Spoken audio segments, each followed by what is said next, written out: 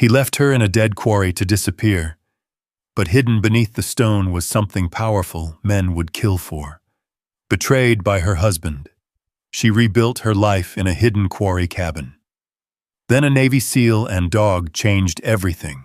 At 66, Marlene Hayes thought the silence of a forgotten Montana quarry would be the end of her story. But when a watchful Navy SEAL and his battle-scarred K9 appear on the ridge, the truth buried beneath the stone begins to surface, and so does a fight no one saw coming. Comment 1 or 0 and tell me where you're watching from. The road narrowed long before the sun went down. Marlene Hayes kept both hands tight on the steering wheel, her knuckles pale against the worn leather as her sedan crawled through the last stretch of mountain pass. Pine trees pressed in on both sides, tall and silent, their shadows stretching across the gravel like fingers trying to pull her back. She didn't turn around. There was nowhere to turn back to. At 66 years old, after 32 years of marriage, she had been reduced to 2 suitcases in the back seat and a deed to land no one wanted. Grant Hayes had made sure of that. "You'll still have something," he had said in the lawyer's office, his voice smooth, almost generous. "The quarry's in your name. It's peaceful out there." Peaceful. Marlene tightened her jaw as the memory replayed. Peaceful was the word people used when they meant forgotten. She had spent 3 decades building a home that wasn't just walls and furniture, but warmth. Sunday dinners, hand-stitched curtains, carefully tended flower beds that bloomed every spring. She had made that house feel alive. And in the end, Grant had walked away from all of it with a woman half Marlene's age and a smile that never quite reached his eyes. He kept the house, he kept the savings, he kept the life, and Marlene got the quarry. The tires crunched over loose stone as the road dipped sharply, curving between 2 towering ridges. The sky above was turning a bruised shade of purple and gray, the last light of day bleeding out behind the mountains. Her headlights flickered on automatically, cutting a narrow path through the gathering dark. Then the trees opened, and the quarry revealed itself. Marlene slowed the car to a crawl. The place didn't look real at first, more like a wound carved into the earth. Granite walls rose on 3 sides, sheer and jagged, their pale surfaces catching the last faint light. The floor of the quarry spread out below, like a forgotten basin, scattered with rusted machinery, broken stone, and weeds that had clawed their way through cracks in the ground. At the far end, barely visible in the dim light, stood the cabin, if it could still be called that. She pulled the car to a stop near the edge and killed the engine. Silence fell instantly. Not the kind of quiet you get in a house at night, filled with distant hums and hidden movement. This silence was heavier. It pressed in. For a moment, Marlene just sat there, staring through the windshield. "This can't be it," she whispered. But it was. The wind moved through the quarry slowly, dragging a cold breath across the stone walls. Somewhere a loose sheet of metal rattled softly, then fell still again. Marlene opened the car door. The cold hit her immediately, sharper than she expected, biting through her coat as her boots touched the gravel. She stepped out and closed the door behind her, the sound echoing faintly against the granite. Every noise seemed louder here, every movement more exposed. She walked forward slowly, her joints protesting with each step, her knees stiff from the long drive. The ground was uneven, littered with loose rock and rusted debris, forcing her to watch every step. The cabin grew larger as she approached. Up close, it looked worse. 15 feet by maybe 20. Weathered wood faded to a dull gray. The roof sagged slightly in the middle, patched in places with sheets of mismatched metal. One of the windows was cracked, spiderweb fractures catching what little light remained. The door hung crooked on its hinges, as if it had given up trying to stay straight. Marlene stopped a few feet away. This was what 32 years had come to. She let out a breath that trembled before she could stop it. "Somewhere to go," she said quietly, repeating Grant's words. Her voice sounded small against the stone walls. She reached out and pushed the door open. It creaked loudly, the sound sharp and unwelcome. Inside, the air smelled of mildew, oil, and something older, like dust that had settled and never been disturbed again. Rusted tools hung from hooks along one wall. Old paint cans sat stacked in a corner, their lids swollen and peeling. The concrete floor was cracked, and in the far corner lay a mattress so worn and stained it barely resembled anything meant for sleeping. Marlene stepped inside. The floor groaned under her weight. She set her bag down slowly, looking around as if expecting the space to change if she stared long enough. It didn't. Her throat tightened. For a moment, she felt something close to panic rise up inside her, fast and suffocating. This was it. No neighbors, no family, no one coming to check on her. Just stone and silence and a cabin that looked like it had been waiting years for someone to forget it existed. Her legs weakened, and she reached for the edge of the wall to steady herself. "I can't," she whispered. But the sentence didn't finish, because there was nowhere else for it to go. She walked back outside, the cold air hitting her again, sharper now that the last of the daylight was gone. The quarry had darkened completely, the walls rising like black silhouettes against a sky just beginning to show the first faint stars. Marlene turned slowly in place, taking it all in. The emptiness, the distance, the feeling that she had stepped out of the world she knew and into something that existed entirely on its own. Her chest tightened again. "This is where I disappear," she said under her breath. "Not tonight. Not all at once, but slowly. Quietly." The thought settled over her like the cold. High above the quarry, along a narrow ridge path that cut through the pines, a man paused. Caleb Mercer stood still, his breath steady in the thin mountain air, his eyes scanning the basin below. Beside him, the German shepherd froze. Viper's ears stood forward, his body alert, muscles tightening as he stared down into the quarry. Caleb followed the dog's gaze. At first, he saw nothing. Then, a thin line of smoke rose faintly from the direction of the old cabin, barely visible against the darkening sky. Caleb frowned. "No one's supposed to be out there," he muttered. Viper let out a low, quiet sound in his throat. Not a growl, not yet. But something close. Caleb rested a hand briefly against the dog's neck, feeling the tension there. "Yeah," he said softly. "I see it." Below them, Marlene stood alone in the center of the quarry, small against the towering walls, unaware of the eyes on the ridge above, unaware that her life had already begun to shift. The wind moved again, colder now, and the smoke continued to rise. Slow, steady, like a signal no one had meant to send. But someone had already answered. Marlene didn't know that. All she knew was the cold. It crept in through the cracks of the cabin like it belonged there, settling into her bones the moment the sun disappeared behind the ridge. By the time she shut the crooked door and pushed a rusted chair against it for good measure, the inside of the cabin felt no warmer than the outside. She stood there for a long moment, listening. Nothing. No distant traffic. No voices. No hum of electricity. Just the faint whisper of wind slipping through broken seams in the walls. Marlene exhaled slowly, her breath visible in the dim light. "Well," she murmured to herself, her voice barely louder than the wind. "This is home now." The word didn't feel real. She moved carefully through the space, brushing dust from a small section of the cracked concrete floor with her boot, before setting one of her bags down.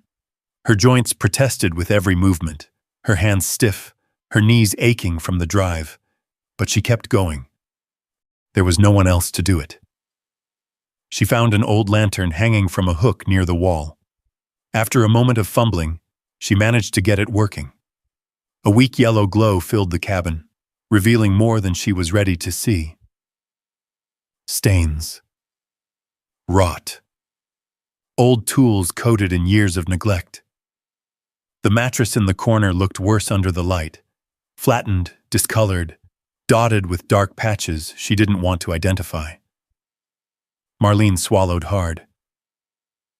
"All right," she said quietly, more to steady herself than anything else. "One thing at a time." She pulled a scarf from her bag and wrapped it around her nose and mouth, then crossed the room to the mattress. With both hands gripping the edge, she dragged it toward the door. It didn't move at first. She tried again, bracing her foot against the floor. Her back screamed in protest. "Come on," she muttered, her voice strained. The mattress shifted an inch, then another. Finally, with a slow, grinding effort, she pulled it outside and left it leaning against the cabin wall. The cold air hit her again, sharper now, but she didn't stop. She went back in. Sweeping came next. An old broom leaned against the wall, its bristles worn but usable. She pushed dust, debris, and mouse droppings into a pile near the door, coughing behind the scarf as the air filled with particles. It wasn't much, but it was something. By the time she finished, her hands trembled from the effort. She leaned against the wall, catching her breath, her chest rising and falling faster than she liked to admit. "You've done harder things," she whispered to herself. Had she?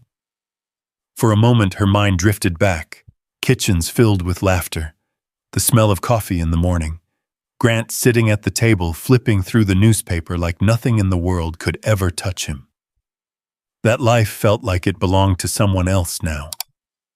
Marlene pushed the memory away. There was no room for it here. Night settled fully over the quarry. She dragged the mattress back inside once it had aired out as much as it could in the freezing air, laid her coat over it, and curled up on top of it without bothering to undress. The lantern flickered beside her. Wind rattled the metal sheets on the roof. For a long time, she just stared at the ceiling. "This is where I start over," she said into the darkness. But the words didn't carry conviction. They sounded like something she was supposed to say, not something she believed. Eventually, exhaustion pulled her under.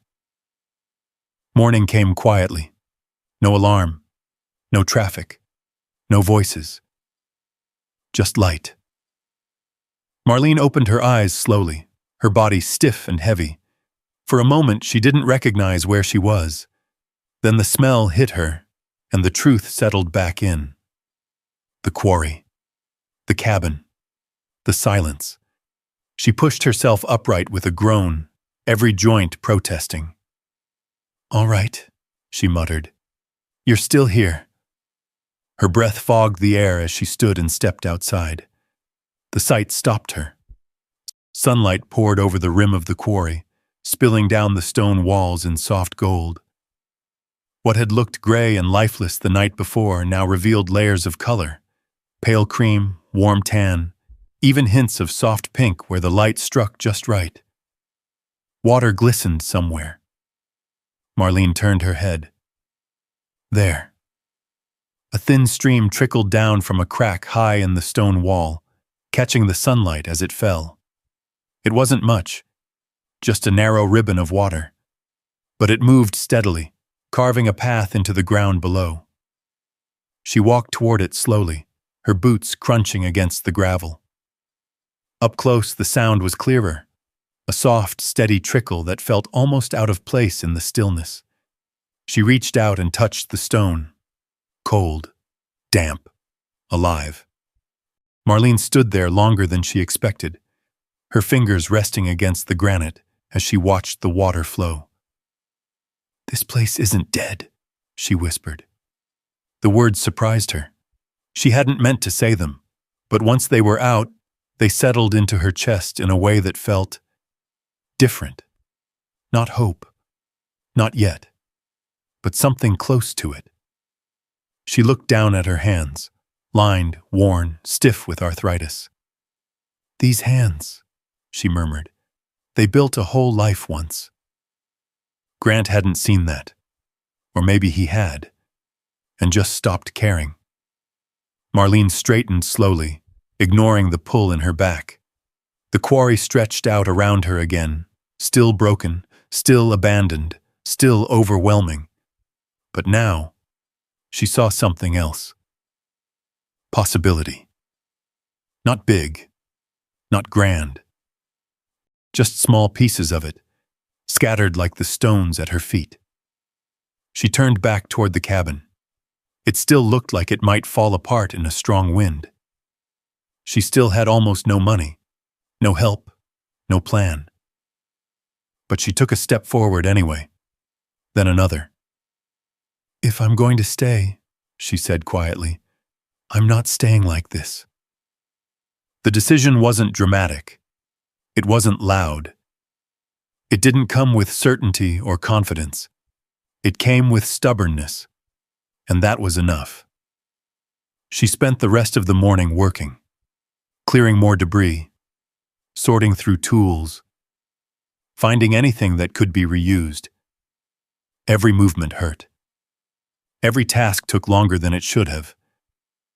But by midday, a small section of the cabin looked cleaner. Not good, but better. And better meant something.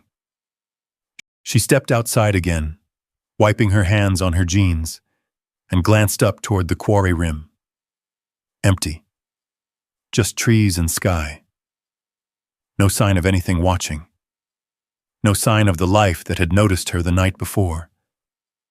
Marlene didn't know it yet, but somewhere above her, just beyond the line of sight, a pair of amber eyes and a trained soldier's instincts had already marked her presence, and neither of them would forget it.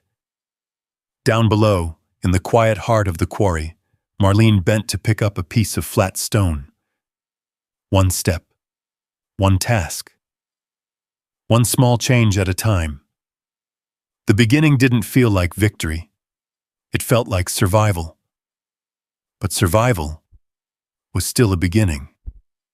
The days settled into a rhythm Marlene didn't recognize but slowly began to accept. Wake with the light. Move before the cold stiffened her joints completely. Work until her hands trembled. Rest only when her body refused to go any further. The quarry didn't forgive hesitation. Everything took longer here. Sweeping a floor, clearing a corner, dragging a piece of scrap metal 10 feet across the ground. Tasks that once would have taken minutes now stretched into hours. Her fingers swelled from the cold, her knuckles aching with each grip of the broom handle or rusted tool. But something else was happening too.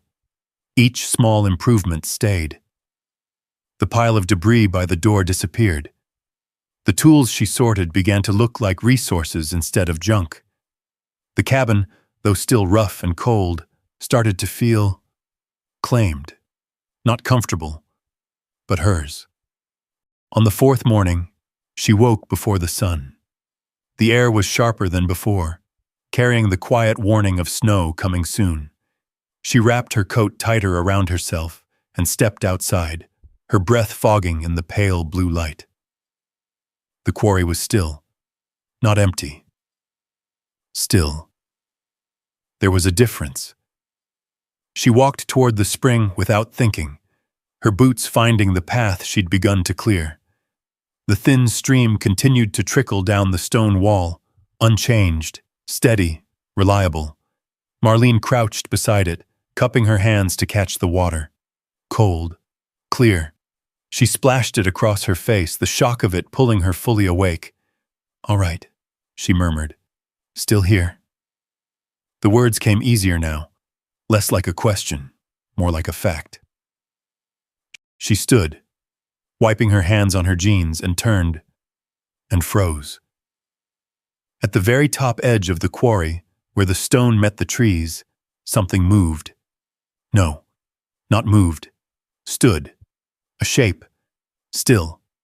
Watching. Marlene squinted against the rising light, her heart giving a sudden, heavy thud in her chest. A dog. Large. Bigger than any stray she'd ever seen. A German shepherd. Its coat was dark, black and gray with hints of tan, and it stood perfectly still, outlined against the sky like a carved figure placed there on purpose. Its ears were forward, its posture alert. And its eyes. Even from that distance, she felt them. Locked on her. Marlene didn't move. Didn't speak. Didn't even breathe properly. For a long moment, the two of them simply looked at each other across the open space of the quarry. The wind stirred lightly, brushing past her coat, lifting a strand of her gray hair. The dog didn't flinch. It didn't bark. It didn't run. It just watched. "Well," Marlene said finally, her voice quiet, steadying itself. "You're not afraid of much, are you?" The words sounded almost normal, almost like she was talking to a neighbor. The dog tilted its head slightly. Then, just as suddenly as it had appeared, it turned and disappeared into the trees. Gone. Marlene stood there for several seconds longer, staring at the empty ridge. "What was that about?" she muttered. No answer came, just the same silence as before. But it didn't feel quite the same now. She walked back to the cabin slowly, her mind turning over the image. The dog hadn't looked lost, hadn't looked hungry. It had looked purposeful, like it had chosen that spot, like it had chosen to watch her. Marlene shook her head lightly. "You're imagining things," she said under her breath. "It's just a dog." But the words didn't fully settle. The day passed with work, more clearing, more sorting. She found an old metal bucket and scrubbed it clean, setting it beneath the spring to catch water. It filled slowly, but steadily. Progress. Small, but real. By afternoon, clouds had begun to gather, thin at first, then thicker, spreading across the sky in a slow-moving blanket of gray. Marlene noticed the temperature drop again. Snow was coming. She could feel it. She worked faster, dragging a sheet of rusted metal to patch a gap in the cabin wall, securing it with nails she had salvaged from an old crate. Her hand slipped once, the hammer glancing off and striking her thumb. She hissed through her teeth, pulling her hand back. "Easy," she muttered. "You're not 20 anymore." She flexed her fingers, waiting for the sharp sting to fade, then went back to work. Because stopping didn't help. Stopping made things worse. Late in the afternoon, as the light began to dim again, she stepped back from the cabin and looked at what she'd done. It wasn't much, but it was something, and something was better than nothing. She turned toward the quarry rim again, just out of instinct, just to check. Empty. She let out a small breath she hadn't realized she'd been holding. "Good," she said quietly. "Stay gone." But even as she said it, a part of her wasn't sure she meant it. The next morning, the snow came. Light at first, then steady. Marlene woke to the sound of it tapping softly against the roof, slipping through cracks and landing in faint, cold drops on the floor. She pushed herself upright, wincing as her back protested. "All right," she said, her voice rough with sleep. "Let's see what today looks like." She stepped outside. The quarry had changed overnight. White, clean, almost beautiful. The broken stone was softened beneath a thin layer of snow. The rusted machinery stood like silent shapes, half buried. The walls caught the early light, glowing faintly beneath the gray sky. For a moment, Marlene just stood there. It didn't feel like the same place. It didn't feel like the place meant to erase her. It felt still. She took a step forward, then another, and that's when she saw it. Tracks, fresh, cutting through the snow along the edge of the quarry. Not human. Paw prints, large, deliberate, leading down from the ridge. Her chest tightened slightly. She followed them with her eyes. They stopped about halfway down the slope, right where the ground leveled out enough to stand, right where someone, or something, could watch without being seen too easily. Marlene looked up, and there it was again. The dog. Closer this time. Standing at the edge of the slope, its body framed by falling snow, its gaze fixed directly on her. The same stillness, the same intensity. But this time, it didn't leave. Marlene swallowed. "Well," she said, her voice softer now, more uncertain. "You're persistent." The dog took one step forward, then another, slow, controlled, not aggressive, not fearful, just deliberate. Marlene didn't move, didn't reach for anything, didn't call out. Something in the dog's posture told her not to. It wasn't here for food. It wasn't here by accident. It was here for a reason. The distance between them shortened. 10 yards. 8. 5. The dog stopped. Close enough now that she could see its eyes clearly. Sharp, intelligent, aware in a way that felt almost human. It studied her, not like prey, not like a threat, like it was deciding something. Marlene felt a strange calm settle over her, pushing aside the earlier fear. "Well," she said again, quieter this time, "if you're going to stand there, you might as well come closer." The dog didn't respond immediately. Then, after a moment, it stepped forward once more. And just like that, the silence of the quarry changed. Because for the first time since she had arrived, Marlene Hayes was no longer alone. The dog didn't rush her. It didn't wag its tail or lower itself in submission. It stood there, solid and steady, its breath visible in the cold air, watching her with a kind of quiet intensity that made her feel measured. Not judged. Measured. Marlene slowly lowered her hands to her sides. "All right," she said softly. "We'll do this your way." The dog took another step forward, then stopped again. Its ears flicked slightly, catching something beyond her. Marlene noticed it. The shift. Subtle, but immediate. The dog's attention moved past her, up the slope, toward the trees. She turned and saw him. A man stepping out from the edge of the pines, moving carefully down the incline toward the quarry floor. He wore a dark jacket, worn but well-fitted, and moved with a kind of controlled ease that didn't belong to someone unfamiliar with terrain like this. He wasn't rushing. He wasn't hesitating. He was assessing. Marlene straightened slightly, instinctively brushing her hands against her jeans.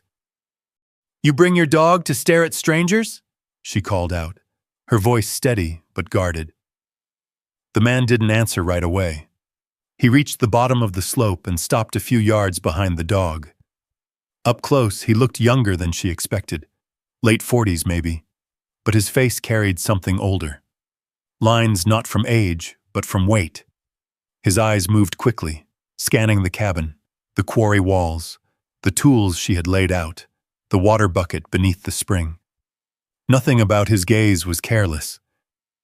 Didn't bring him, he said finally, his voice calm, low. He brought me.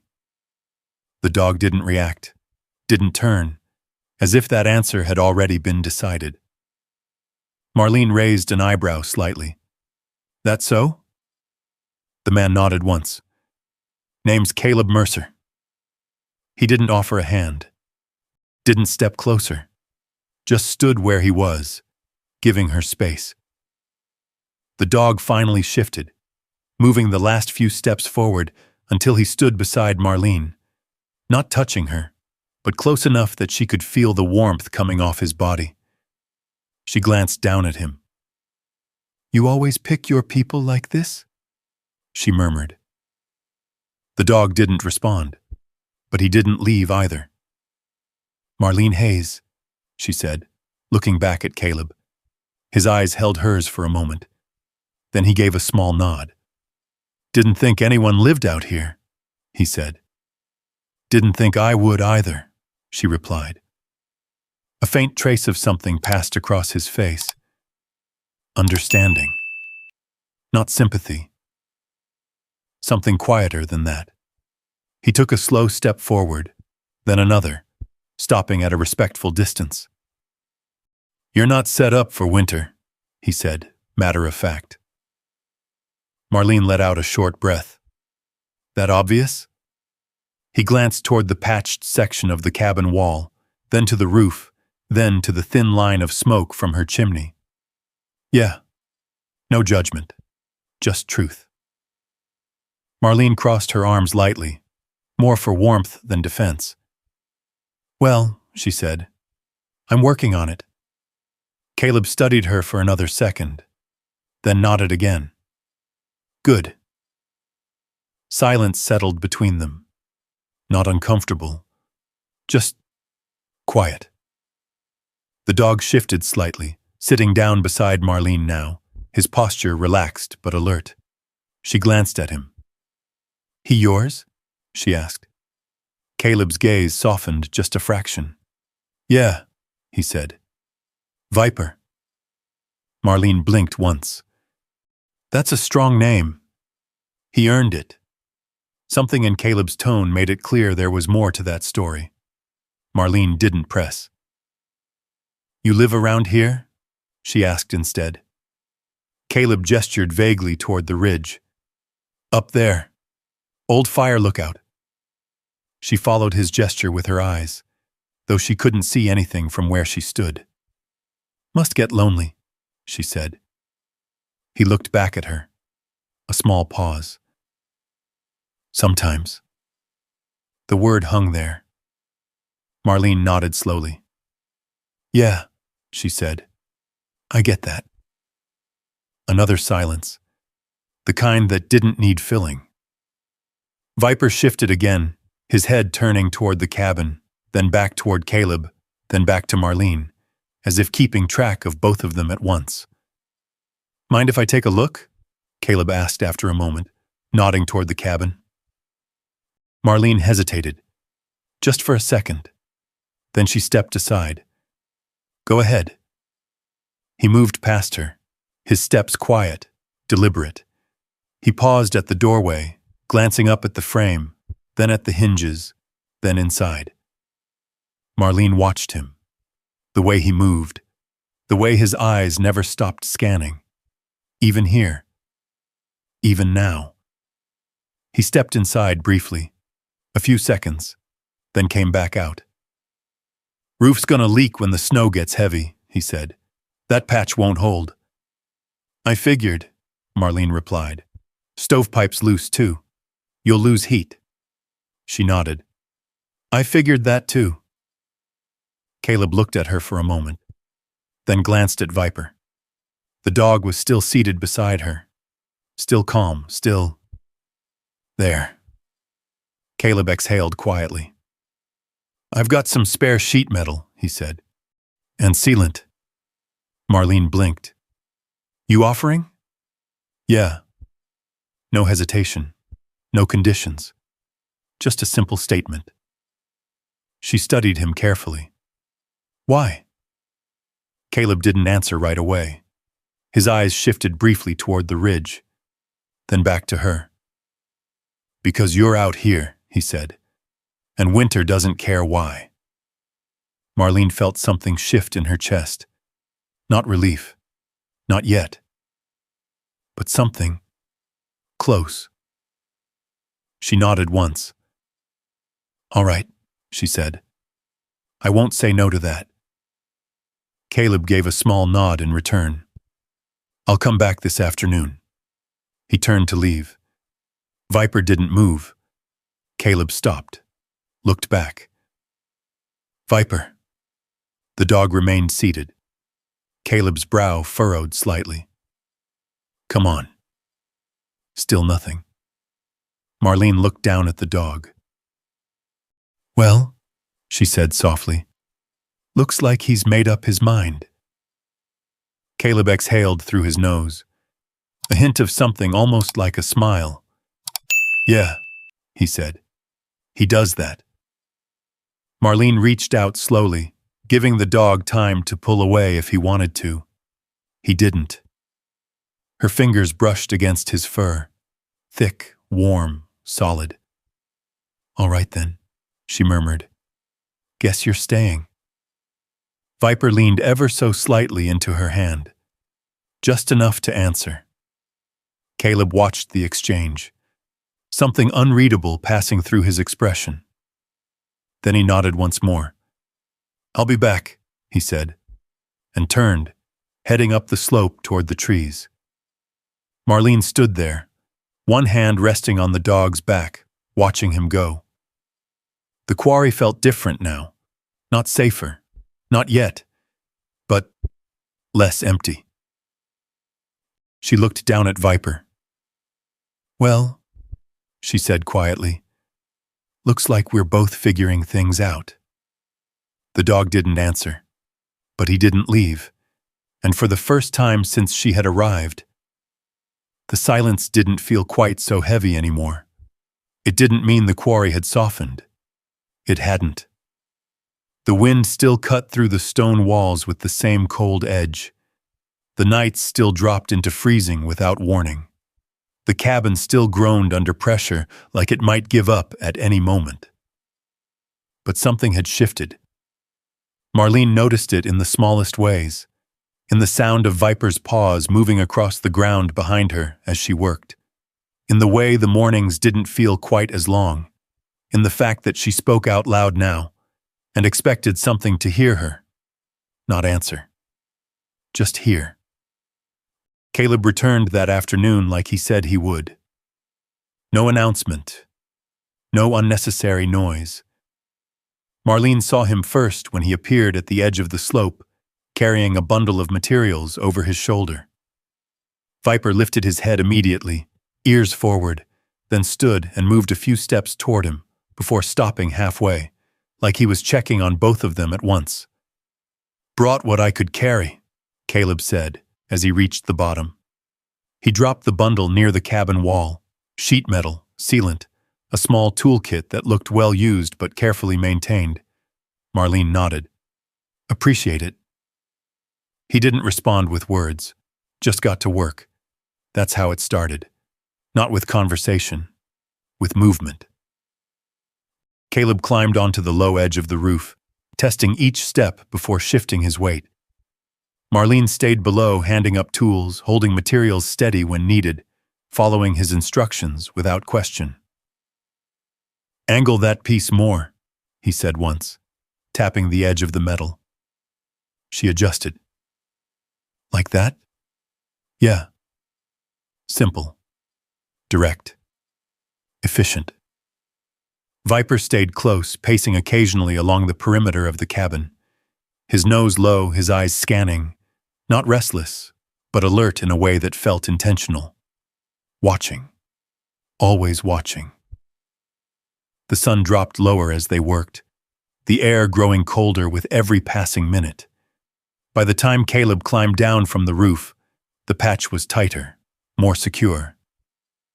"Better than before," he said. Marlene stepped back, looking up. It wasn't perfect, but it looked like it might hold. "That's all I needed," she said. He nodded. Stovepipe next. They moved inside. Caleb adjusted the pipe, tightening joints, sealing small gaps. Marlene watched him for a moment, noticing the way his hands moved. Precise. Practiced. Like every motion had been done 100 times before. You've done this before, she said. He didn't look up. Different places, he replied. She nodded slowly. Different places. She didn't ask, but she understood. There were things people carried that didn't need explaining. By the time they finished, the light was nearly gone. Marlene stepped outside, pulling her coat tighter around her. Stay for a minute, she said. Fire's going. Caleb hesitated. Just a second, then nodded. All right. They sat just outside the cabin, near a small fire pit Marlene had cleared earlier that day. The flames were modest, but steady, casting a soft glow against the stone walls. Viper lay between them, his body relaxed, but his head upright, eyes occasionally shifting toward the darker edges of the quarry. Marlene watched the fire for a while, then said, You always live like this? Caleb glanced at her. Like what? Out here. Alone. He looked back at the flames. Yeah. No explanation. No apology. Marlene nodded. I used to think I'd hate that, she said. Being this far from everything. Caleb didn't respond. She continued anyway. Turns out, it's not the distance that gets to you. It's the quiet. That got his attention. He looked at her again. What kind of quiet? Marlene gave a small, humorless smile. The kind that leaves you alone with your thoughts. Caleb held her gaze for a moment, then nodded once. Yeah, he said. I know that one. The fire cracked softly. Viper shifted slightly, pressing closer to Marlene's side. She reached down without thinking, resting her hand against his fur. Warm, steady. Guess we all ended up here for a reason, she said. Caleb didn't answer, but he didn't disagree either. The next few days passed in a pattern that felt almost normal. Caleb came and went, never announcing, never staying longer than necessary, but always returning. He showed Marlene how to reinforce the cabin walls with salvaged materials, how to brace weak points, how to redirect the wind flow using scrap metal and stone. Wind's your biggest problem, he said once. Stops heat from staying where you need it. She listened, learned, adjusted. And Viper made the quarry his territory. Every morning he circled the perimeter. Every evening he did it again. Sometimes fast, sometimes slow, but always thorough. Marlene began to notice it. You checking on us? She asked him one morning as he paused near the edge of the quarry. He didn't respond, but he didn't deny it either. There was one place, though, where his behavior changed. A section of the quarry wall near the far side. Nothing obvious, just stone. But every time Viper passed it, he slowed. His posture shifted. From calm to alert. His head lowered slightly. His ears angled forward. Marlene noticed. Something there? She asked, walking toward him. He didn't move. Just stood, staring at the wall. Marlene stepped closer. The stone looked like the rest, rough, cold, unremarkable. But there was something, a faint difference in texture, a subtle line, like the surface wasn't entirely solid. She reached out, running her fingers along it, damp, cooler than the surrounding rock. Huh, she murmured. Viper let out a low, quiet sound in his throat. Not a warning. Not yet. but something close. Marlene pulled her hand back. "All right," she said softly. "I hear you." She stepped away, but the thought stayed. The storm came without warning. By afternoon, the sky had turned heavy and gray, the wind picking up in sharp bursts that rattled the metal patches on the cabin roof. "Snow's coming hard," Caleb said, glancing toward the ridge. Marlene nodded. "I can feel it." They moved quickly, securing loose materials, bracing the door, checking the water bucket. Viper moved faster than both of them, his patrol tighter now, more focused. The first flakes fell just as the light began to fade. By nightfall, the quarry was swallowed in white. Wind howled through the stone walls, carrying snow in sharp, stinging waves that blurred everything beyond a few feet. Inside the cabin, the fire burned stronger than before, warmer, safer. Marlene sat near it, her hands stretched toward the heat, her body still aching from the day's work. Caleb stood near the door, listening, always listening. Viper lay between them, still, but not asleep. Never fully asleep. The storm pressed in around them, loud, relentless, but inside, for the first time since she had arrived, Marlene didn't feel like she was waiting to disappear. She felt like she was holding ground. And somewhere in that feeling, something stronger began to take shape. It didn't last the night. The storm didn't just pass through the quarry, it settled into it. Wind screamed through the stone walls like something alive, rattling every loose edge of metal, pushing cold air through seams Marlene hadn't known existed. Snow piled against the cabin, thick and heavy, pressing against the door and creeping in under it in thin, icy lines. Marlene barely slept. Every time the wind shifted, she woke. Every time the fire dropped, she stirred. Across the room, Caleb never truly lay down. He sat with his back near the wall, one knee raised, eyes half closed but never fully resting. The firelight flickered across his face, catching the tension in his jaw, the way his gaze moved even in stillness, tracking sound, direction, movement that wasn't there, or maybe was. Viper lay closest to the door, not asleep, never asleep. His ears twitched with every shift in the storm. Once, just once, he let out a low growl, soft, controlled, but enough.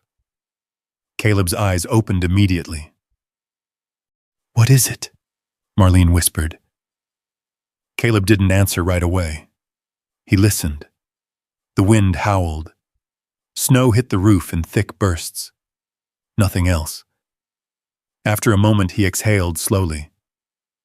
"Probably just the storm," he said. But Viper didn't relax. Not completely. Morning came slowly. The storm had passed, but it left the quarry buried. White stretched in every direction, thick, untouched snow covering the ground, the machinery, the paths Marlene had worked so hard to clear. The world looked reset. Too clean. Too quiet. Marlene pushed the door open with effort. The snow packed against it, resisting before finally giving way. Cold air rushed in. Sharp. Heavy. She stepped outside carefully, her boots sinking several inches into the fresh snow. "All right," she muttered. "Let's see what we're dealing with." Behind her, Viper moved past her shoulder and into the open, his posture immediately changing. Alert, focused. His nose dropped to the ground. Caleb followed a second later, pulling his jacket tighter as he stepped out into the cold. "Stay close," he said quietly. Marlene didn't argue. She stayed near the cabin, watching as Viper began to move. Slow at first, then more deliberate. He circled once, then again, then stopped, right near the water barrel. Marlene frowned. "What is it?" Viper didn't look at her. He stared at the ground. Caleb stepped closer, crouching slightly. Then his expression shifted. Not dramatically, but enough. "Those weren't there last night," he said. Marlene stepped forward, her breath catching slightly. Tracks, boot prints, clear, fresh, cut deep into the snow. Her chest tightened. "That's not possible," she said. "The road?" "Road's blocked," Caleb finished. "Yeah." He stood slowly, scanning the quarry. The walls, the rim, the edges where the snow hadn't settled evenly. "Someone didn't come in the normal way," he said. Viper moved again, faster now. He followed the tracks away from the cabin, his body low, focused, pulling ahead with purpose. "Viper!" Caleb called once. The dog didn't stop. Caleb looked at Marlene. "Stay here." "I'm not staying here," she said immediately. A beat. Caleb studied her, then nodded once. "Stay close to me." They followed. The tracks led across the quarry floor, weaving between rusted equipment and broken stone, then angling toward the far side. The same direction Viper had shown interest in before. The same wall. Marlene felt it immediately. That tightness in her chest. "That's the spot," she said quietly. Caleb didn't answer. His focus had sharpened. Every step he took was controlled, measured. Viper reached the base of the wall and stopped. He stood there, rigid, then turned slightly, looking back at Caleb, waiting. Caleb stepped forward, examining the ground. The tracks ended there. No return prints, no clear exit. Just gone. "That doesn't make sense," Marlene whispered. Caleb didn't respond. He moved closer to the wall, running his hand along the stone, just like Marlene had done before. His fingers paused, shifted slightly, pressed. "Something's off here," he said. Viper let out a low sound, closer to a warning this time. Marlene stepped back instinctively. "What do you mean?" Caleb didn't take his eyes off the wall. "This isn't solid all the way through." Marlene's breath caught. "That's where the water comes from," she said. "I thought maybe—" "You're right," he said. He stepped back slightly, scanning the surface again. "There's space behind it." Silence settled around them. But it wasn't the same silence anymore. It wasn't empty. It was watching. Marlene felt it. That sensation from the first night, only stronger now. "Caleb," she said quietly. He looked at her. "Someone came here," she said. "In the middle of a storm, when no one should even be able to reach this place." He nodded once. "Yeah. And they came straight to this spot."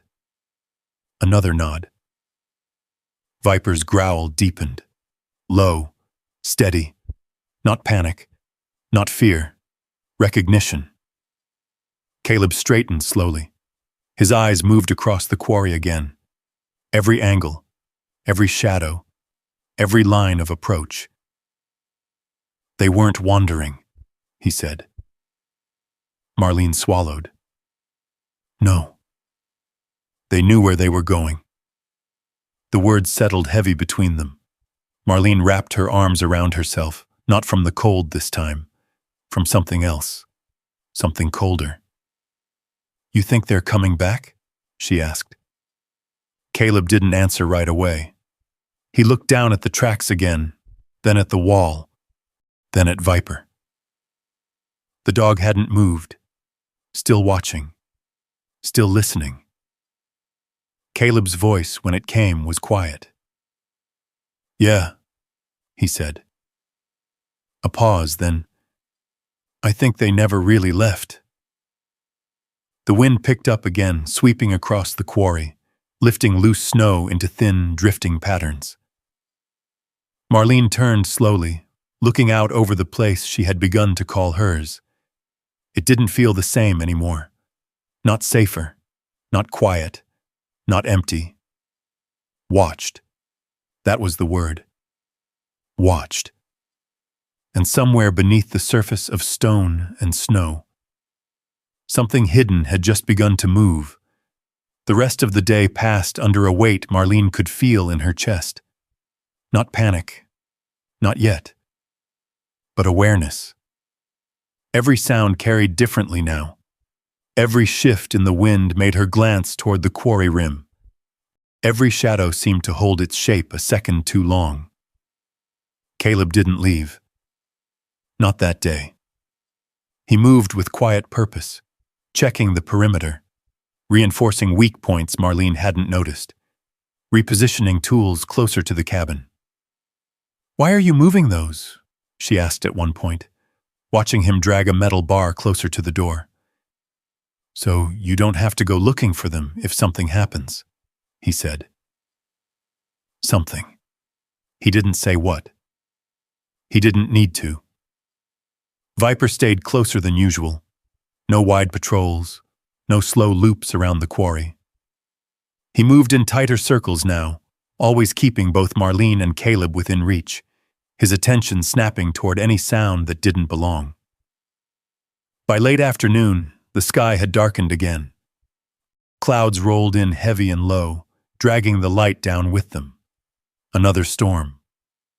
Marlene felt it before the first flake fell. "Feels worse than the last one," she said quietly. Caleb nodded once. "Yeah." The wind picked up fast. By the time they got back inside the cabin, snow had already begun to fall. Thick, fast, driven sideways by sharp gusts that slammed against the walls. The door rattled.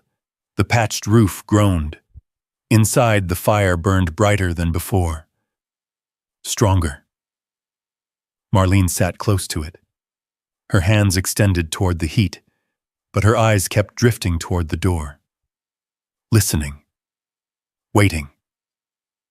Across from her, Caleb stood again. Not sitting. Not resting.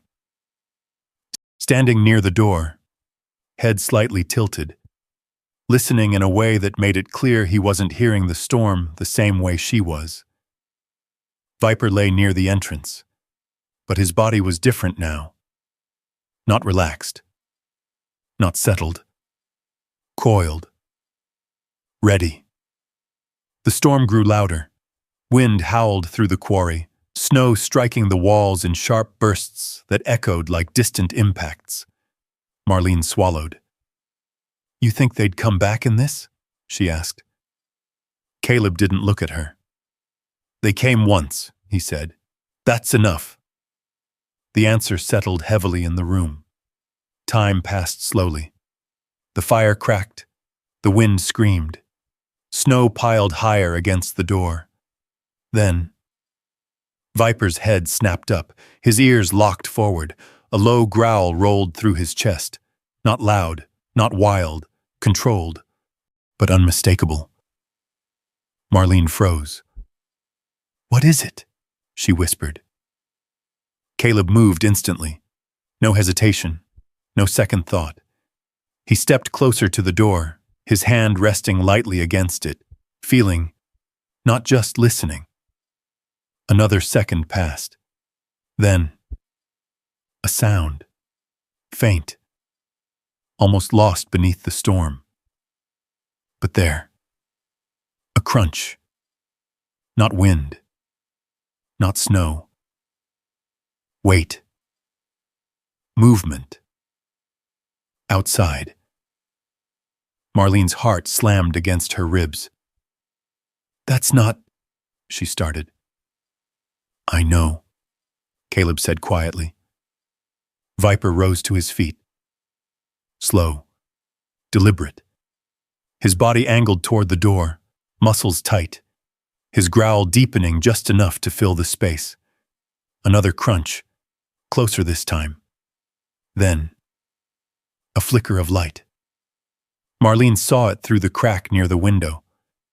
A beam. Flashlight. Moving. Her breath caught. "They're here," she whispered. Caleb didn't respond. He was already moving. He stepped back from the door, scanning the room quickly, then reached for the metal bar he had placed earlier. "Stay behind me," he said. Marlene nodded. Her hands trembled, but she didn't argue. The light outside moved again. Closer. Then a shadow crossed the thin line of the window. Viper barked once. Sharp, explosive. The sound cut through the storm like a warning shot. The shadow froze, then shifted. Caleb moved to the side of the door, positioning himself just out of direct line. "Who's out there?" he called, his voice calm but carrying. No answer. Only wind. Then, movement again. Faster this time. Viper lunged forward, pressing himself closer to the door, his growl rising. Another shadow passed, then another. More than one. Marlene felt it immediately. Not one person. Several. Her chest tightened. "What do they want?" she whispered. Caleb's voice was low. "They're not here to talk." The handle on the door rattled. Once. Hard. Marlene flinched. Viper surged forward. Caleb stepped in, steady, controlled, placing a hand briefly against the dog's side. "Wait," he said quietly. Another pull on the handle. Stronger. Then a voice, muffled by wind. "Open up!" Not friendly, not asking, demanding. Caleb didn't move. "Go!" the voice said again, sharper now. "You shouldn't be here!" Marlene's stomach dropped. This wasn't random.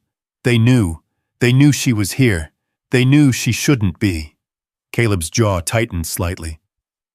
"Not happening," he said under his breath. The handle jerked again, harder. Then, a loud bang against the door. Wood rattled. The hinges groaned. Marlene gasped. Viper barked again, louder this time, his body pressing forward, ready to explode through the barrier. Another bang. The door shuddered. Snow fell from the frame. "Last warning," the voice shouted. Caleb stepped closer, his voice steady. "You need to leave." A pause. Then laughter. Short. Cold. Then movement. Fast. The light shifted away from the door, around the side. Marlene turned toward the window just in time to see a beam sweep across the outside wall. "They're circling," she said. Caleb moved instantly. "Stay low." Viper was already moving, tracking, adjusting, his focus snapping from one side of the cabin to the other. Then, a crash. Outside, metal, movement. The sound of something being knocked over. Viper bolted toward the door. Caleb didn't stop him this time. The door opened. Wind and snow burst inside, and Viper was gone. "Marlene, stay inside," Caleb said, already moving after him. But Marlene was already at the doorway, watching. The storm swallowed everything. White, violent, chaotic. Then, a shape. Viper. Fast. Focused. He lunged forward through the snow toward a shadow near the old drilling equipment. A man stumbled back, caught off guard. Another figure turned, light swinging wildly. "Get the dog!" someone shouted. Too late. Viper hit the first man hard, driving him backward into the snow. Caleb moved through the storm like he'd been there before. Controlled. Direct. He reached the second man just as he tried to retreat, forcing him back without hesitation. The light dropped. Spun. Vanished. The storm swallowed the rest. The remaining figures retreated fast, disappearing into the white chaos they had come through. Gone. Just like that. The only sound left.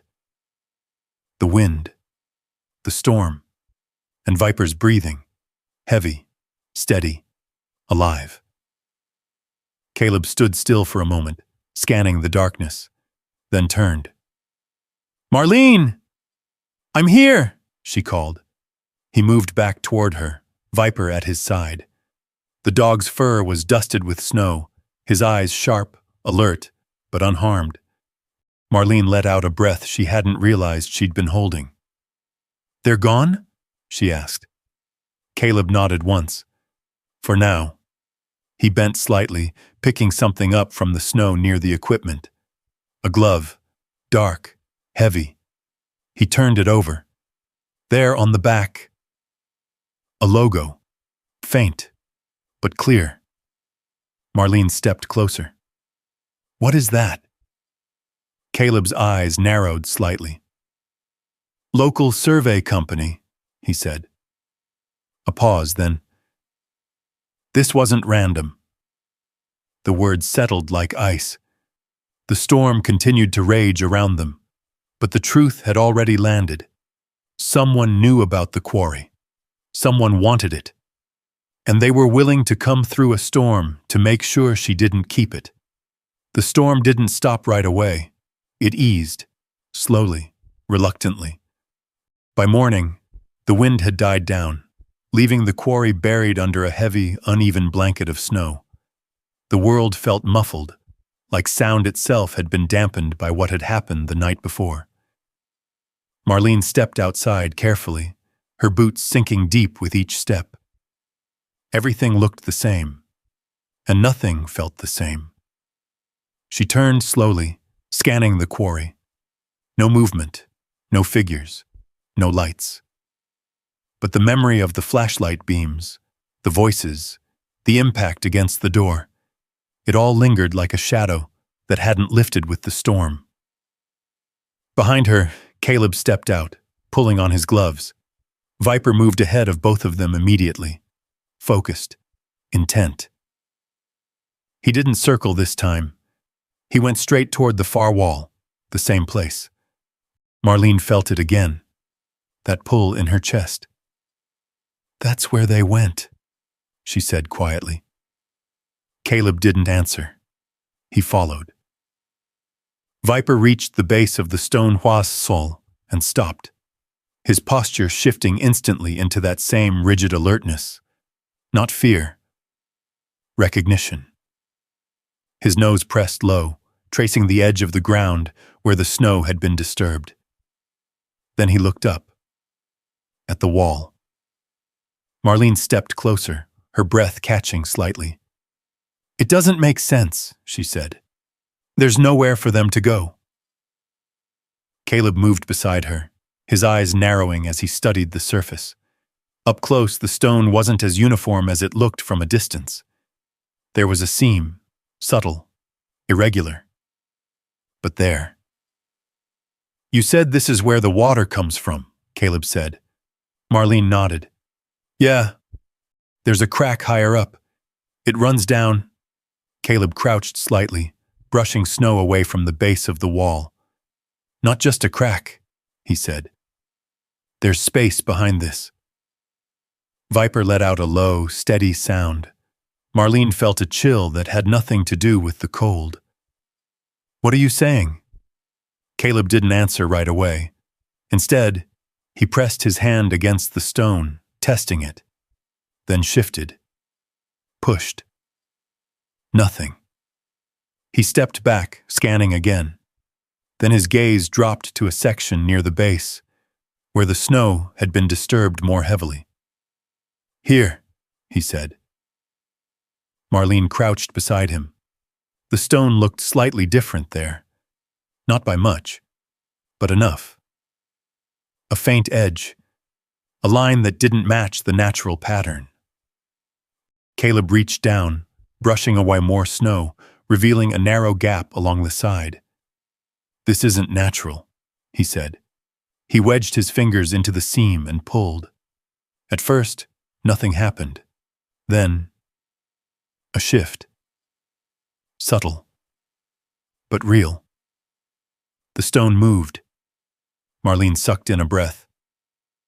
"Caleb," he pulled harder. The section of rock shifted again, grinding softly against the surrounding stone before giving way just enough to create an opening. Cold air flowed out from inside. Damp. Different. Viper stepped forward immediately, his body low, his attention locked on the darkness beyond the gap. Caleb glanced at Marlene. "Stay behind me." She nodded. He widened the opening slightly, just enough to see inside. Dark, but not solid. Space. A hollow behind the wall. Marlene leaned slightly to the side, trying to see. "What is that?" she whispered.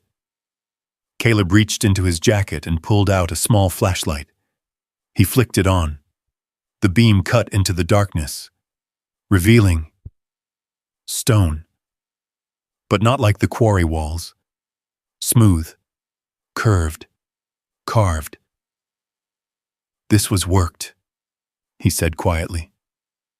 Viper moved forward without hesitation, slipping through the gap. "Viper," Marlene started. "He's fine," Caleb said. "He wouldn't go in if it wasn't clear." The dog disappeared into the narrow opening. A second later, his nails clicked faintly against stone from inside. Marlene's heart pounded. "You think they were in there?" she asked. Caleb didn't look away from the opening. "Yeah," he said. He stepped inside. Marlene hesitated, then followed. The space opened up just beyond the entrance. Not large, but enough to stand. The air was cooler, damp with the steady presence of water somewhere deeper in the rock. The flashlight beam moved slowly across the walls. Mineral deposits caught the light, faintly reflective, giving the stone a subtle shimmer. Marlene stopped.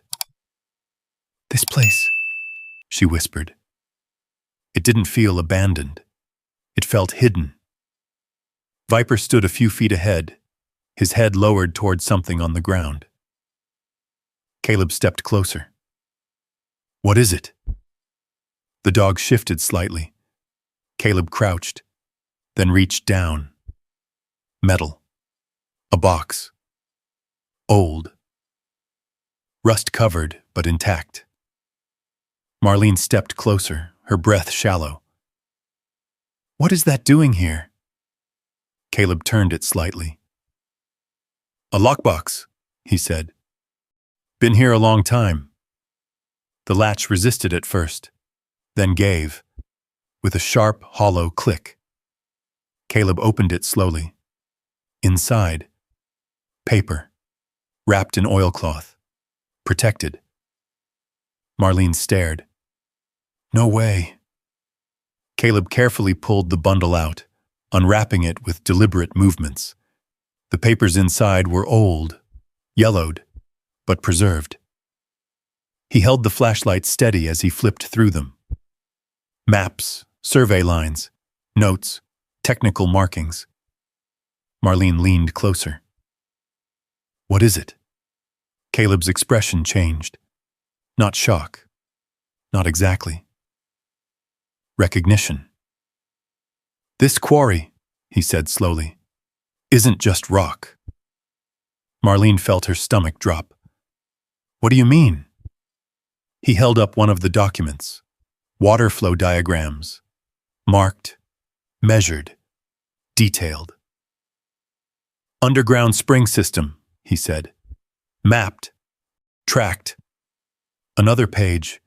Mineral layers. Not just surface. Deeper. Untouched sections.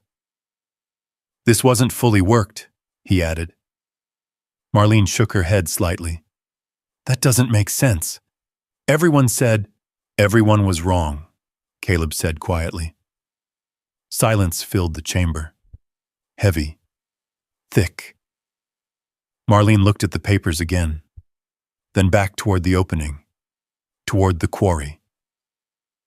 "They didn't come here by accident," she said. Caleb nodded. "No." Her voice dropped. "Grant gave me this place because he thought it was worthless." Caleb looked at her. or because someone told him it was. The words hit harder than she expected. Marlene's chest tightened. He wouldn't, she stopped. The memory surfaced. The way Grant had rushed the settlement. The way he had insisted. The way he had said no one wanted the land. Her stomach twisted. They expected me to leave, she said. Caleb didn't respond. They expected me to fail, she continued, her voice tightening. Still nothing. Then, they expected me to disappear. The truth settled into the space between them. Cold, clear, unavoidable. Viper let out a low sound. Not a warning. Not now. Something else. Awareness. Caleb closed the lockbox slowly. They thought this place would take care of the problem, he said. Marlene swallowed hard. And when it didn't, she looked toward the entrance, toward the snow, toward the tracks that had led here. They came to finish it. Caleb nodded once. The chamber felt smaller now, not hidden, exposed. And the quarry outside was no longer just a place she had been sent to survive. It was something else, something valuable, something watched, something worth taking. And now, she knew it. The truth didn't come with relief. It came with weight. Marlene stood inside the hidden chamber, the cold stone pressing in around her, the faint shimmer of mineral deposits catching the edge of Caleb's flashlight. For a long moment, she didn't move, didn't speak. She just stared at the papers in Caleb's hands. Maps, numbers, lines drawn with precision and purpose. Proof. This whole place, she said slowly, her voice quieter than before.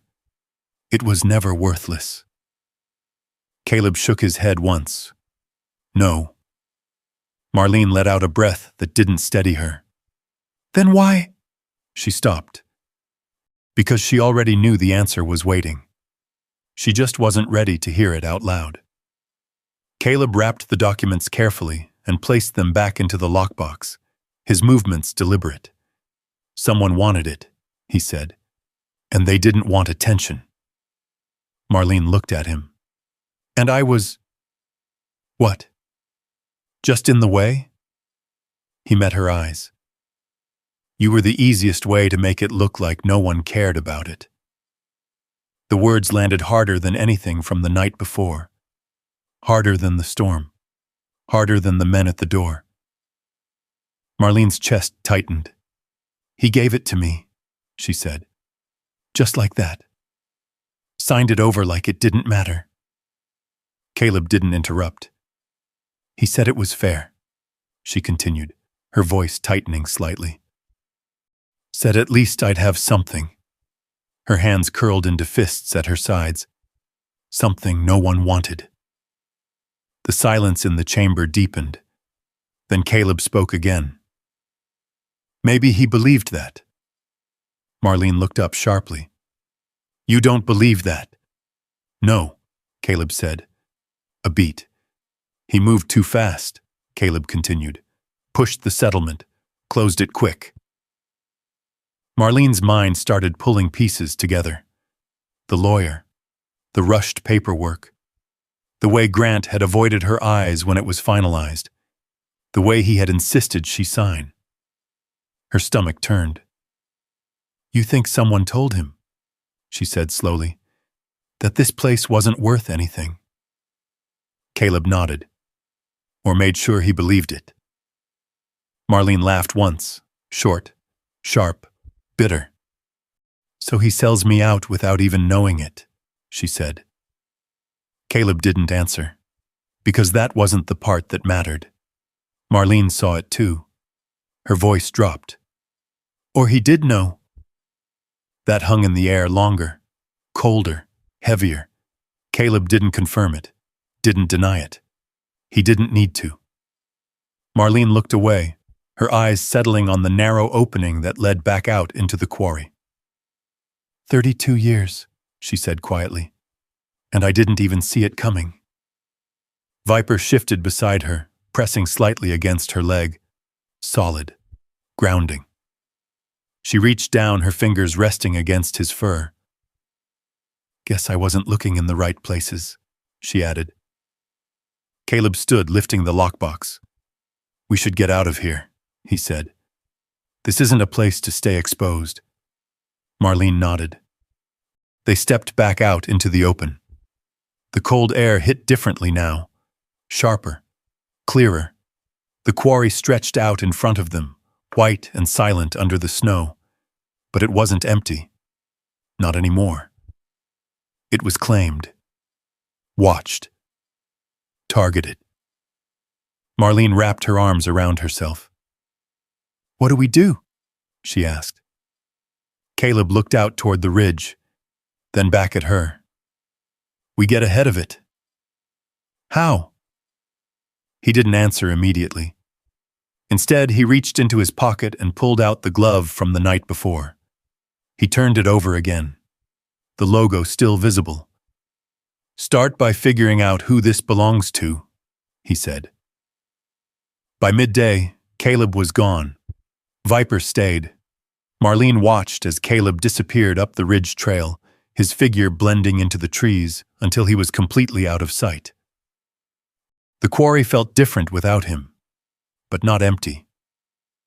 Viper remained close, moving only as far as necessary, his attention shifting constantly between the cabin, the wall, and the edges of the quarry. Marlene kept busy, because stopping meant thinking, and thinking meant going back to Grant, to the way he had stood in that office, to the way he had signed her life away without hesitation. She picked up a stone, set it down, adjusted it, then adjusted it again. The work helped, a little, but the questions stayed. By late afternoon, she heard it.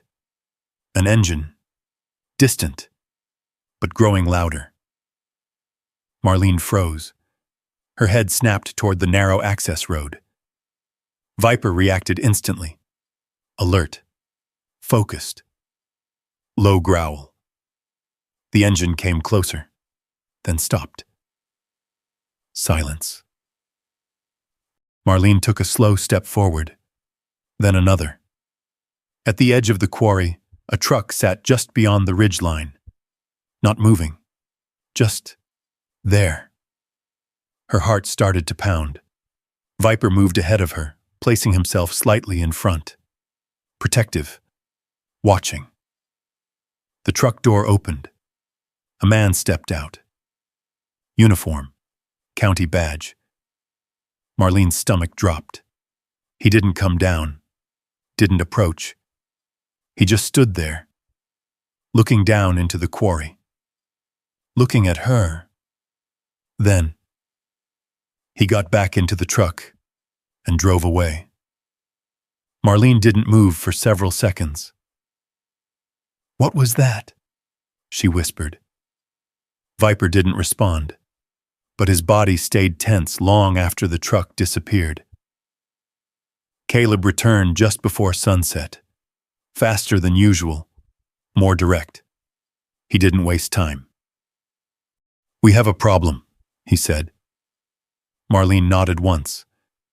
I figured. He stepped closer, lowering his voice slightly. Survey company tied to a broker in town. Name's Wes Holloway.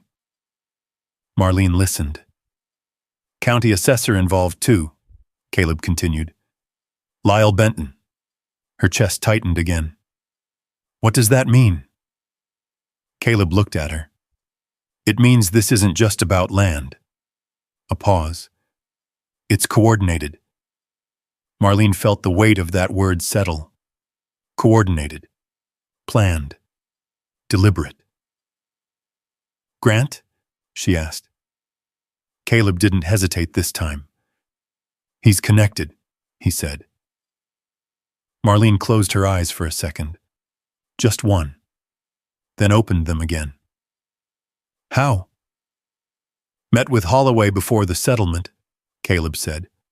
Twice. That was enough. Marlene didn't need more. Didn't want more.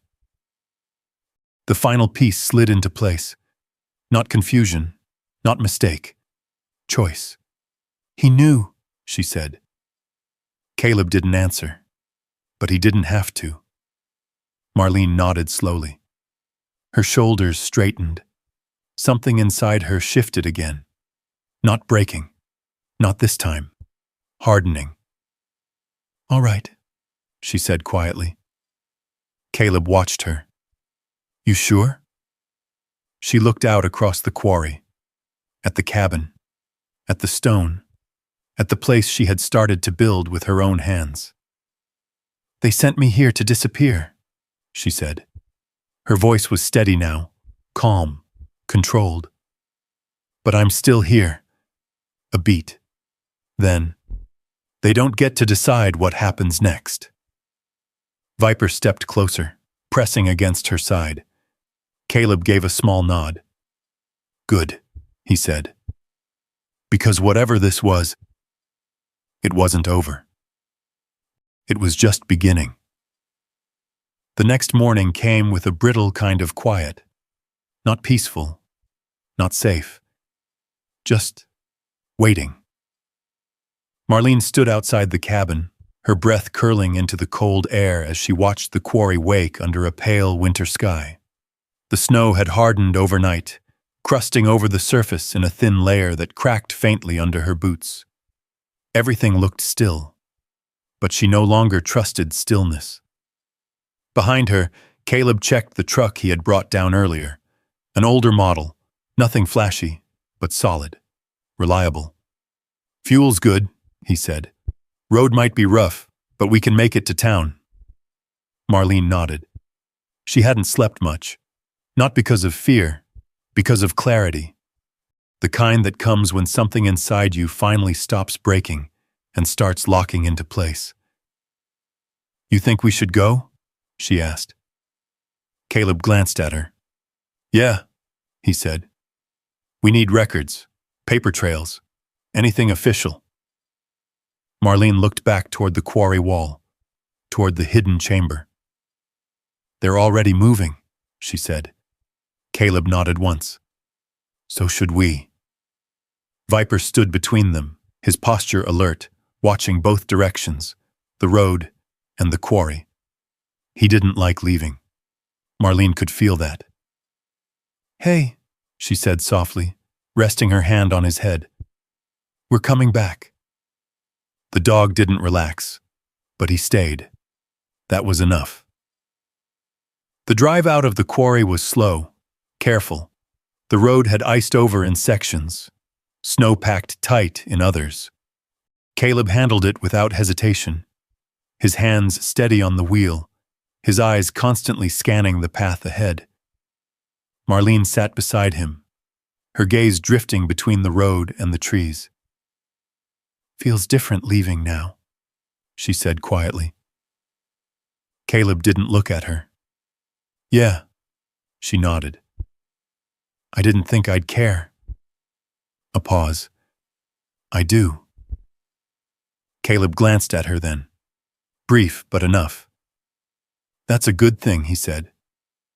Marlene let out a small breath. Yeah, she said. I think it is. Viper sat in the back, his head lifted, eyes moving constantly, tracking motion, listening to sounds beyond what either of them could hear. The forest felt tight, closed in, watching.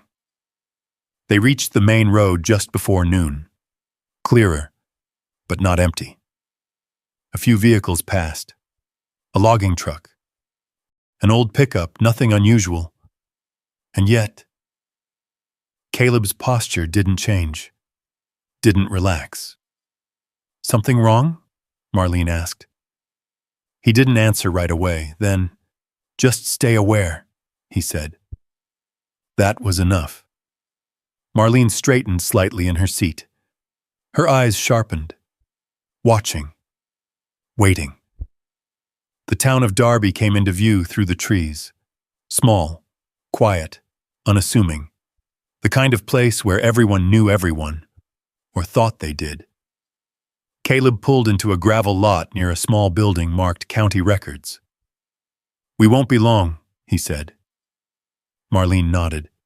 They stepped out together. Viper stayed close, closer than before. Inside, the air was warmer, still, paper and dust. A woman behind the counter looked up. "Can I help you?" Caleb stepped forward. "Looking for land records," he said. "Hayes property. Quarry parcel." The woman nodded, already turning toward a filing cabinet. Marlene stood beside him, her hands clasped lightly in front of her. Her heart wasn't racing. Not anymore. It was steady, focused, like she had crossed something and couldn't go back. The woman returned with a folder. "Here you go." Caleb took it, opened it, flipped through. Marlene leaned in. Names, dates, signatures. Then, there it was. A transfer. Fast. Clean. Too clean. And below it, another name. Wes Holloway. Marlene felt her jaw tighten. "He's right there," she said quietly. Caleb nodded. "And Benton," he added, pointing. "County assessor. Signed. Approved. Processed." Marlene exhaled slowly. "They were waiting," she said. Caleb didn't argue. He closed the folder. "Let's go." They didn't stay, didn't linger. Something about the place felt off, too aware, too quiet. As they stepped back outside, Viper's posture changed instantly. Rigid, alert. Caleb saw it too. "What is it?" Marlene asked. The dog's eyes locked onto something across the street. A truck. Parked. Engine off. But someone inside. Watching. Caleb didn't stare. Didn't react. But his body shifted slightly. "Get in," he said quietly. Marlene didn't hesitate. They moved fast, calm, controlled. Into the truck. Doors shut. Caleb started the engine. Pulled out. Not fast, not rushed, but deliberate. The truck across the street started too. A second later, Marlene saw it in the mirror. "They're following us," she said. Caleb nodded. "Yeah." His voice stayed level, but his grip on the wheel tightened just slightly. "Hold on," he added. The road out of town curved quickly, dipping into a narrow stretch that led back toward the mountains. Snow still lined the edges, ice in patches. The truck behind them stayed steady, not gaining, not falling back. Just there. Marlene's heart started to beat faster now. Not panic, but readiness. "What do we do?" she asked. Caleb's eyes stayed on the road. "We don't let them control the stop." The road narrowed further. Then, the bridge. Old, wooden, stretching across a frozen ravine below. Caleb's jaw tightened. "They picked their spot," he said. The truck behind them accelerated, closing the distance. Fast. "Caleb, I see it." The bridge approached, too narrow to pass, too exposed to turn. The truck behind them surged forward. Then, impact. A hard shove from behind. Marlene gasped. The steering wheel jerked. Caleb corrected instantly. "Stay with me," he said. The truck fishtailed slightly on the ice, then straightened. The vehicle behind them pulled alongside. Too close, forcing them toward the edge. Marlene's breath caught. "They're trying to push us." "I know." Caleb's voice was sharp now, focused. The truck slammed into them again, harder. The world tilted. Snow flew up. The edge of the bridge loomed dangerously close. Then, Viper moved. Fast. Explosive. He lunged forward from the back seat just as the passenger side door was forced open by the impact. A man reached in. Viper hit him, full force. The man shouted, losing his grip, falling back into the snow. Caleb took the opening. He turned the wheel sharply. The truck broke free, skidded, then slammed to a stop at the far end of the bridge. Marlene's hands shook. Her breath came fast. "Are you?" "I'm good," Caleb said. But he was already moving. Out of the truck. Viper was already there. Between them. Guarding. The other truck stopped behind them. 2 men got out. One limping. One angry. Caleb stepped forward. Controlled. Measured. The air between them tightened. No shouting. No chaos. Just tension. Then, the men hesitated. Something in Caleb's stance. Something in Viper's eyes. Something they hadn't expected. They stepped back, slowly, then turned, got back into their truck, and left. Just like that. Gone. Marlene stood there, her legs unsteady, her chest tight. Then she saw it. Blood. On the snow. "Viper," she said sharply. The dog stood still, but his side, a cut, not deep, but real. Marlene dropped to her knees beside him. Hey. Her hands moved carefully, checking, steadying. "It's okay," she whispered. "You're okay." Caleb knelt beside them. His face had changed. Not calm anymore. Something deeper. Something breaking through. "He shouldn't have taken that hit," Caleb said quietly. Marlene shook her head. "He chose to." Viper leaned into her slightly, still alert, still watching, but trusting. Caleb exhaled slowly. For a moment, just a moment, the soldier disappeared, and the man remained. "He's done that before," Caleb said, his voice lower now. "More times than I can count." Marlene looked at him. "And he's still here?" Caleb nodded. "Yeah." A beat. Then, "So are we." The wind moved through the ravine. Cold. Sharp. But different now. Because they weren't running anymore. They were standing. And whatever came next, they would meet it head on. The drive back to the quarry was slower. Not because the road had worsened. Because everything had changed. Marlene kept one hand resting lightly on Viper's back as he lay across the seat. His breathing steady, but slightly heavier than before. The cut along his side had been cleaned and wrapped as best as they could manage, but the sight of it lingered in her mind. "You're stubborn," she murmured softly.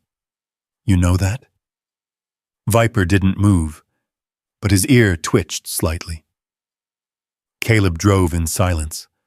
Not the same silence as before. This one carried weight. His eyes moved constantly, mirrors, road, tree line. Every instinct sharpened now, pulled fully into the present in a way that left no room for hesitation. "They won't stop," Marlene said after a while. Caleb didn't deny it. "No." A pause. "But they made a mistake."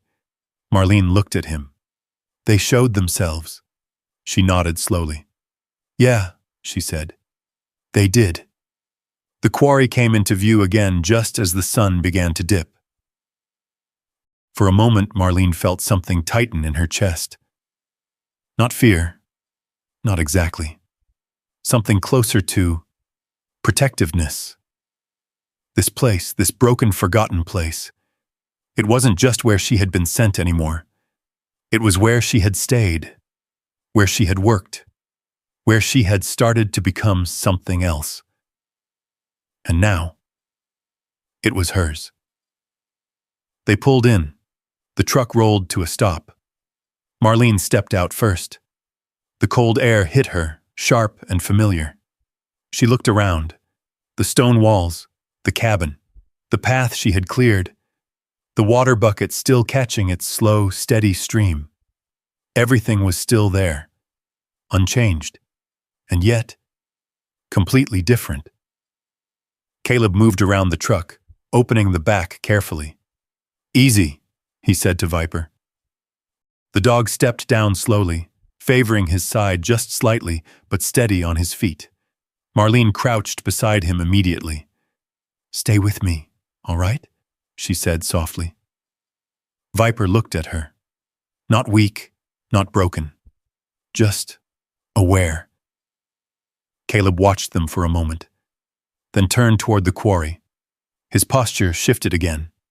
Not defensive, not reactive. Prepared. "We don't wait for them anymore," he said. Marlene stood. "No," she agreed. He nodded once. "Then we get ahead of it." The next 2 days moved fast. Not chaotic, focused. Caleb worked like he had something to build. Marlene worked like she had something to protect. They reinforced everything. The cabin door was strengthened with layered metal and bracing from inside.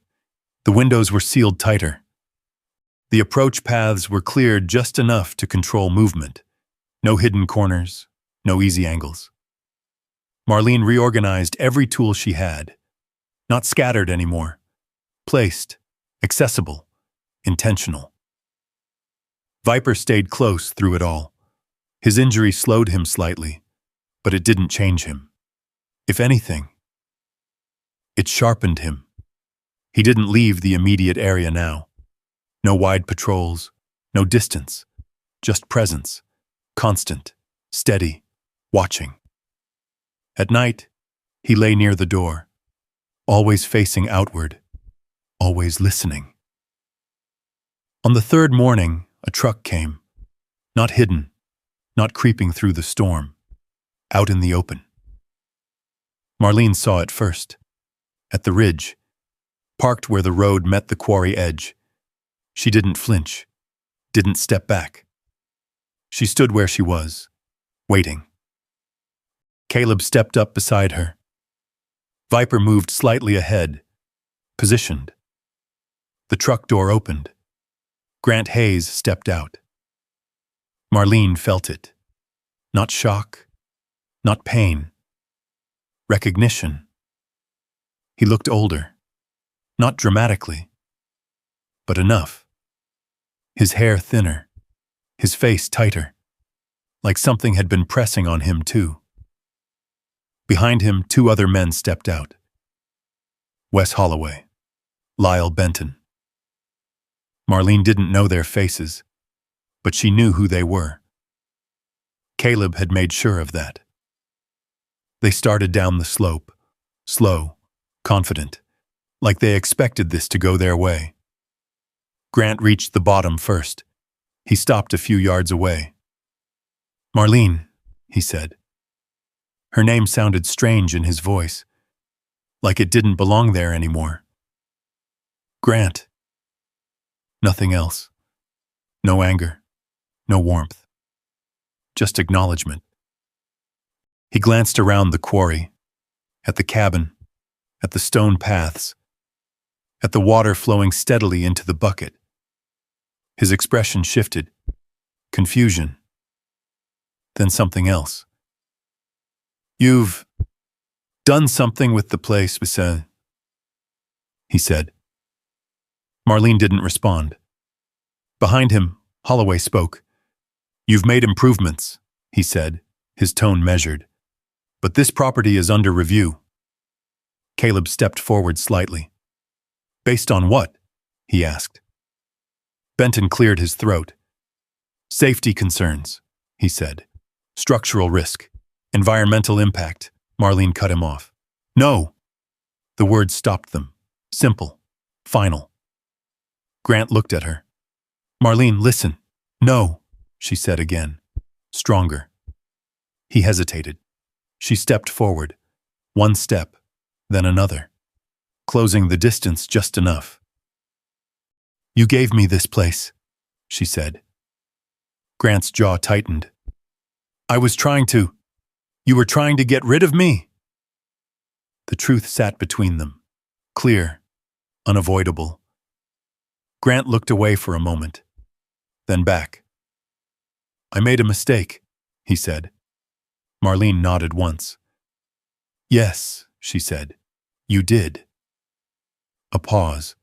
Then, I'm offering to fix it. Marlene tilted her head slightly. How? Sell the property back, he said. Clean, simple. You don't need to stay out here like this.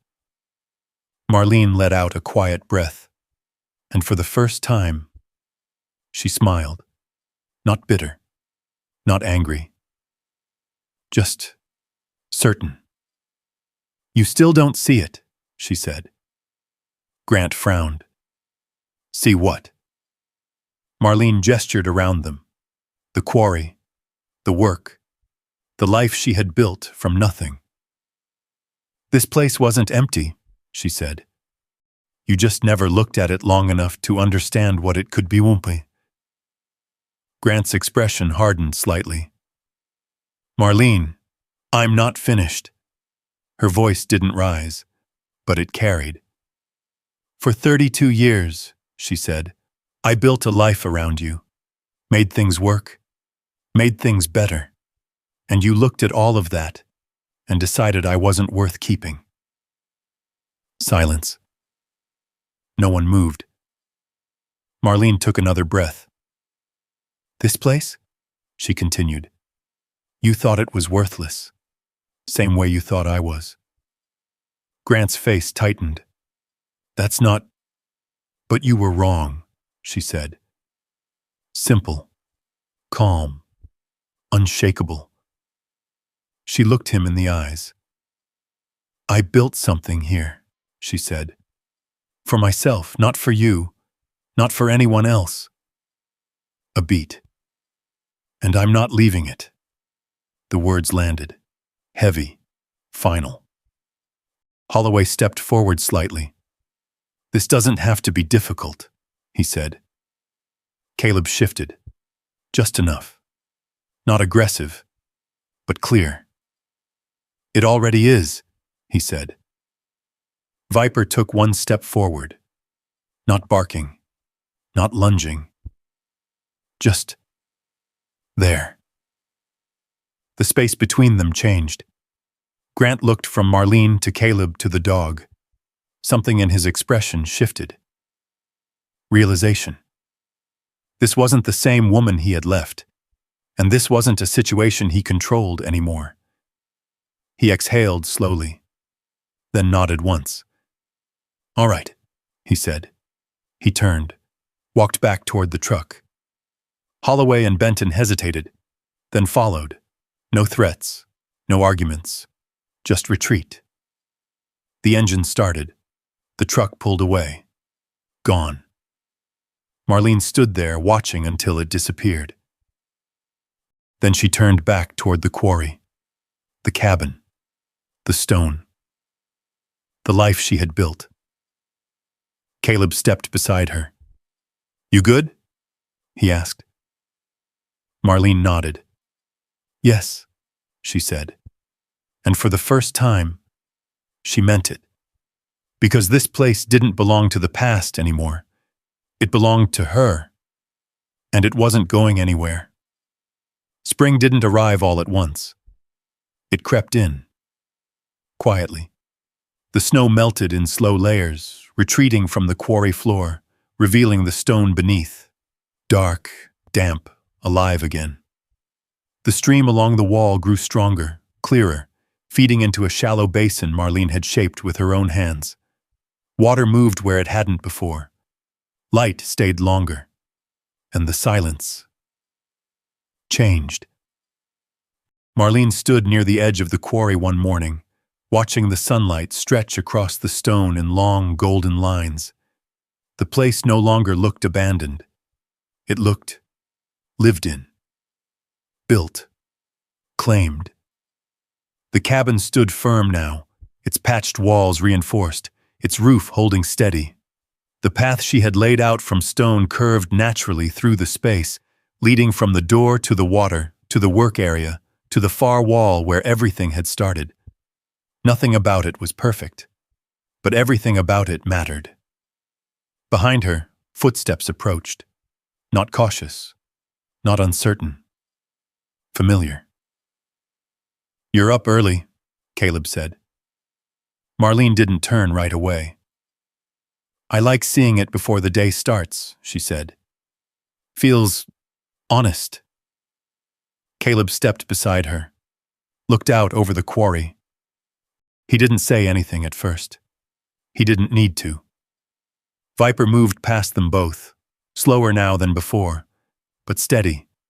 His body healed enough to move without hesitation.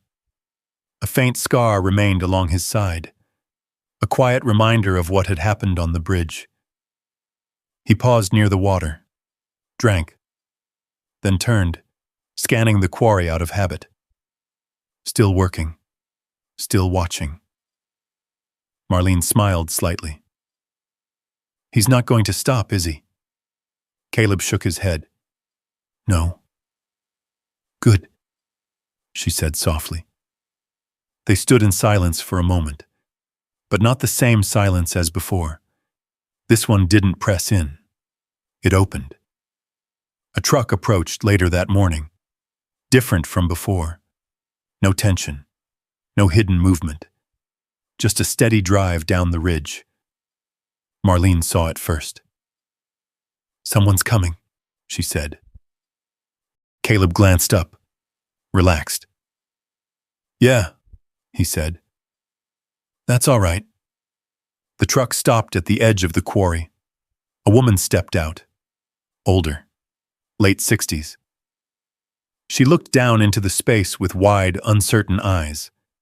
Marlene walked forward to meet her. "Can I help you?" she asked. The woman hesitated, then nodded. "I heard about this place for you," she said. "From town." Marlene waited. "My husband passed last year," the woman continued. "My kids think I should sell everything, move somewhere small, quiet."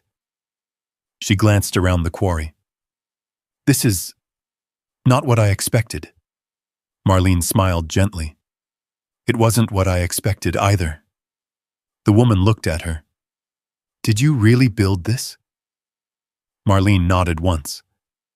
Piece by piece. The woman took a step forward, slow, careful.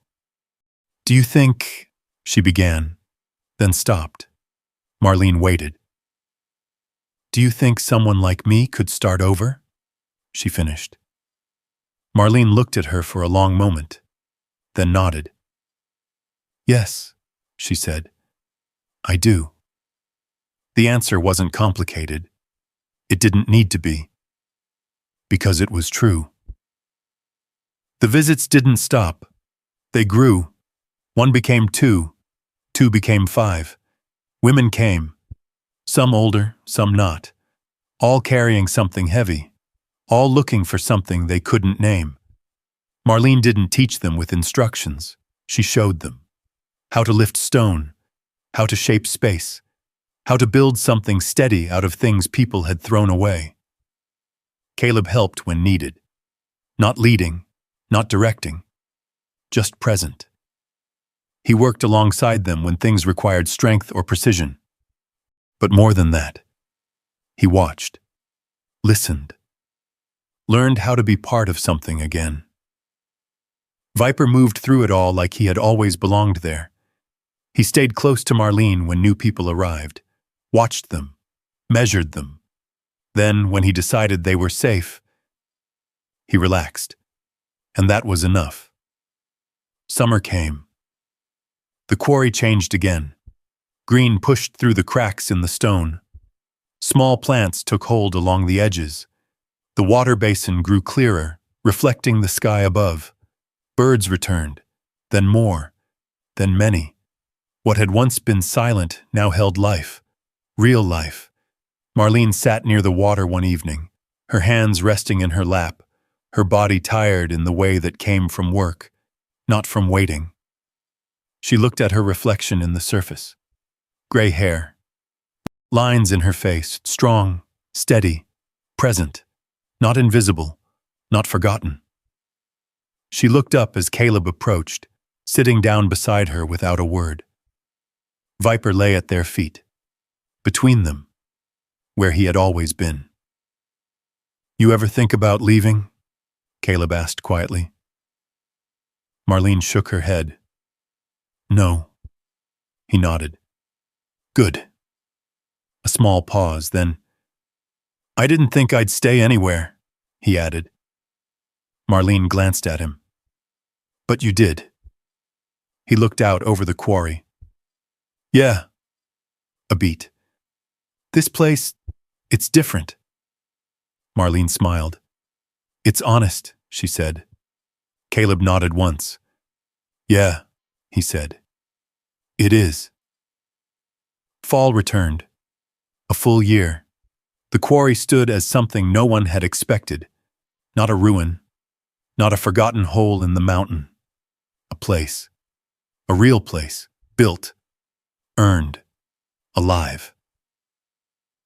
Marlene stood at the same spot where she had first arrived, where she had once thought this was where everything would end. She looked down at what it had become. The cabin. The paths. The water. The people who now came and went. The life that had taken root in stone. Viper stood beside her. Older, scarred, still strong. Caleb stood just behind them. Quiet. Steady. Not alone anymore. Marlene took a slow breath. "This place saved me," she said. Caleb shook his head slightly. "No," he said. "You built it." She considered that, then nodded. "Maybe both." The wind moved gently through the quarry. Not cold, not harsh. Just there, like it belonged. Marlene looked out one last time. At everything she had thought she lost. At everything she had built instead. And she understood something clearly now. She had not been discarded. She had been uncovered. Like the water beneath the stone. Like the strength she didn't know she still had. Like the life that had been waiting. All along. The water continued to flow. Quiet. Steady. Unstoppable. Just like her. If you've ever had to rebuild your life from nothing, type 1 in the comments. I'd really like to know your story. And if stories like this remind you that it's never too late to stand your ground, go ahead and subscribe. We've got more real ones coming your way.